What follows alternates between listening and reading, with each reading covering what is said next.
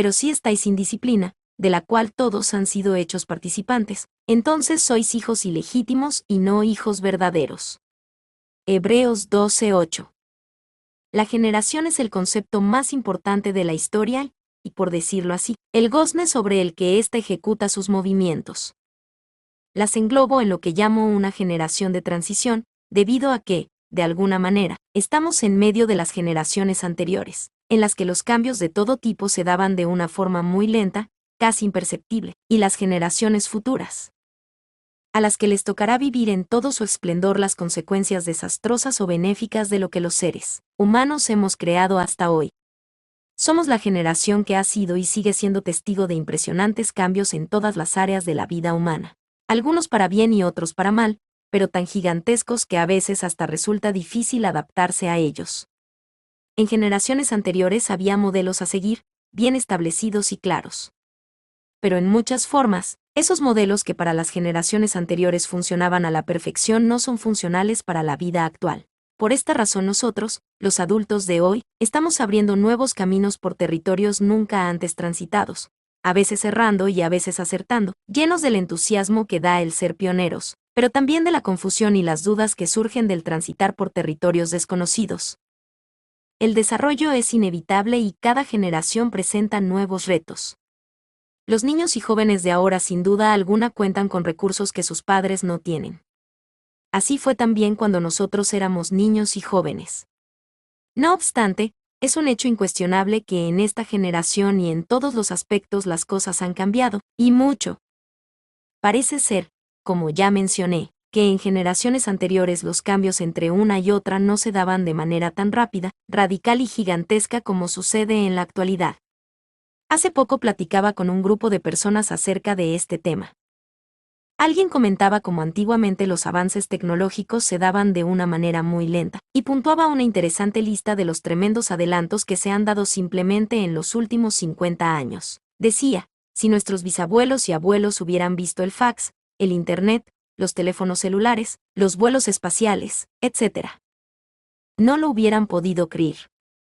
Y yo pienso que tampoco hubieran podido creer la inteligencia creativa y aguda de los niños y jóvenes de la actualidad. En cuanto al tema de la crianza de los hijos, los padres de generaciones anteriores ejercían una completa autoridad sobre los suyos. He escuchado a muchos adultos decir cosas como, cuando yo era niño, mi padre nos controlaba con la sola mirada. Si yo le hubiera respondido a mis padres como mis hijos nos responden a nosotros, me hubiera quedado sin dientes a la primera. Cuando mis padres decían no, había que obedecer sin cuestionar. Y una larga lista de situaciones como estas. En la actualidad, con la idea de no ser tan autoritarios como lo fueron nuestros padres y abuelos y debido a todo lo que sabemos sobre psicología infantil y adolescente, sobre la educación de los hijos, los derechos de los menores, los efectos negativos de la represión y el control excesivo. Entre otras cosas, los padres nos hemos ido hacia el otro extremo, no le digas no porque lo reprimes. No le pongas límites porque le destrozas su autoestima, no le digas eso porque lo traumas. Déjalo hacer todo lo que quiera para que no trunque su desarrollo, y otra cantidad de creencias como estas que no sé quién las inventó, pero que no tienen nada que ver con la realidad. El hecho es que nos hemos creído todos esos mitos como si fueran verdad, lo cual ha contribuido a que nos vayamos al extremo opuesto con respecto a las generaciones anteriores. Estas ejercían la autoridad absoluta, nosotros no ejercemos autoridad alguna. Un artículo en la revista American Magazine, de forma humorística pero aprobatoria, aconseja, si tu hijo te saca la lengua y te llama anticuada y repulsiva bomba fétida, solo ignora el insulto y regocíjate en secreto de que tienes un hijo normal. Él simplemente está canalizando sus sentimientos agresivos de manera inofensiva, a través de la proyección verbal. Esta es una preocupante manifestación de esa confusión y de una peligrosa crisis de autoridad. ¿Pero es sana la autoridad? ¿Cómo y hasta dónde hay que ejercerla? ¿Hay que establecer una disciplina en nuestro hogar? ¿Para qué sirve en la vida? Trataré ampliamente estos temas, porque comprenderlos y actuar en función de ellos será la salvación no solo de nuestros amados hijos, sino también de las generaciones por venir. Por otra parte, muchos individuos están convencidos de que para ser buenos padres, hay que ser amigos de sus hijos. Tus hijos ya tienen amigos.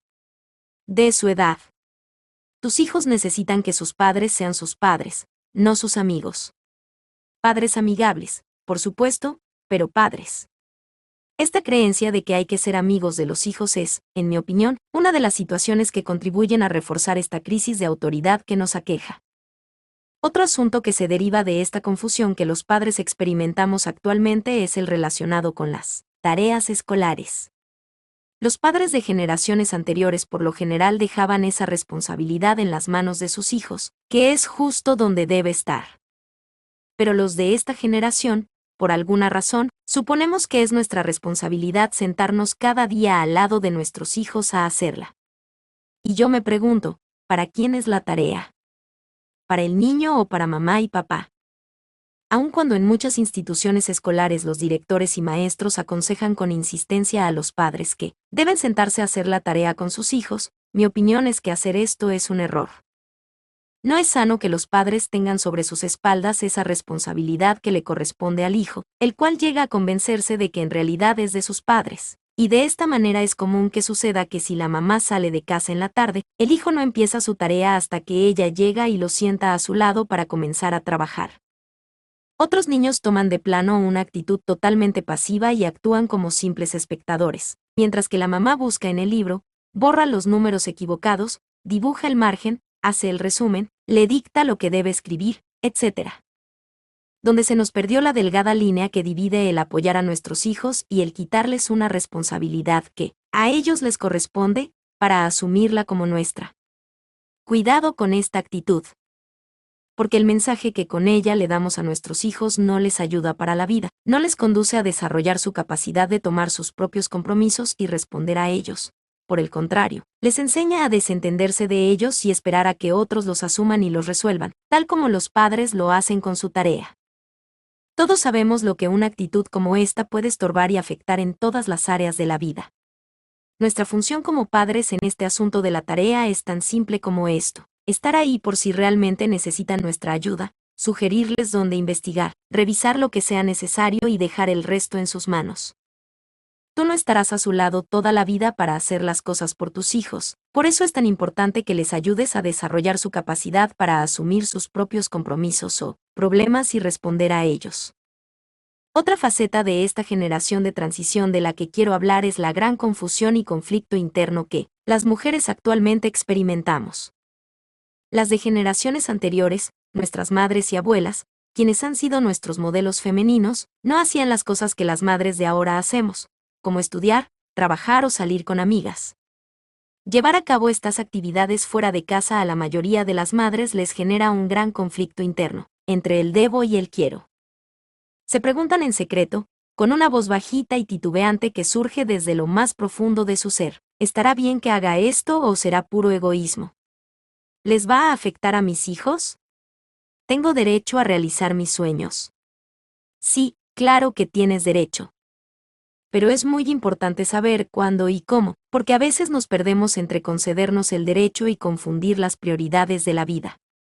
Hace poco platicaba con una joven madre primeriza. Me contó que cuando su bebé cumpliera un mes, lo llevaría a la guardería y ella regresaría a trabajar, porque su carrera es importantísima. Tal vez mi silencio le dijo más que las palabras que me hubiera gustado pronunciar, porque de inmediato comenzó a darme toda clase de razones para fundamentar su decisión. Me dijo, eso será muy bueno para que aprenda a socializar. Y ante mi silencio, que se hizo aún más solemne, siguió fundamentando el asunto con otros comentarios tan absurdos como el primero. Parecía empeñada en convencerme y obtener mi aprobación. Creo que mi silencio se le hizo insoportable, hasta que de plano me dijo, dame tu opinión por favor. Me dio gusto que me la pidiera, porque pude expresarle lo siguiente: 1, 5 o 24 meses de edad, no es el momento de socializar. Es el momento para estar con mamá y establecer la confianza básica, que es la tarea que corresponde a esa etapa de la vida. Se traduce en confianza en sí mismo, en la vida, en otros, y crea lazos saludables que hacen al niño sentirse amado, protegido y seguro, todo lo cual lo beneficiará para el resto de su vida. Me duele cuando escucho a las madres jóvenes que han decidido dejar a su bebé para irse a trabajar. Algunas madres tienen que hacerlo, porque el irresponsable padre de sus hijos les ha dejado toda la carga de su manutención, y si ellas no trabajan, sus hijos simplemente no comen. Ante esas madres, que no tienen otra alternativa más que dejar a sus niños para irse a trabajar. Me quito el sombrero. Aquí me estoy refiriendo a las mamás modernas, que no entienden las prioridades de la vida, que no conocen el significado de la palabra postergar, que suponen que su empleo o su carrera es más importante que cuidar a sus bebés. Y yo me pregunto, ¿para qué tienen bebés si no quieren cuidarlos? Por fortuna no todas las madres jóvenes toman esta clase de decisiones, pero sí muchas de ellas.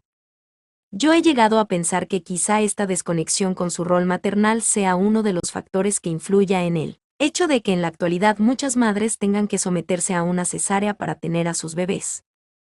Dicho de otra forma, dar a luz es un acto natural y espontáneo del cuerpo femenino, movido por el instinto materno, sabe hacer muy bien, a menos que la mujer no esté en armonía con su parte maternal.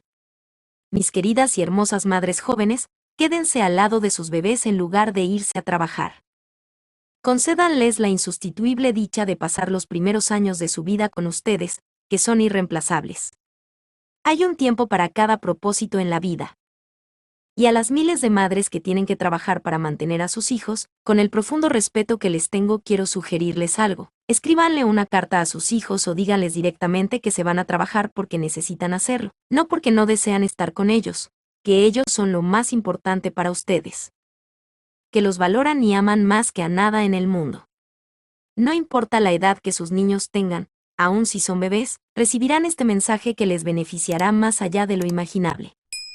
Al único y sabio Dios, sea gloria mediante Jesucristo para siempre. Amén.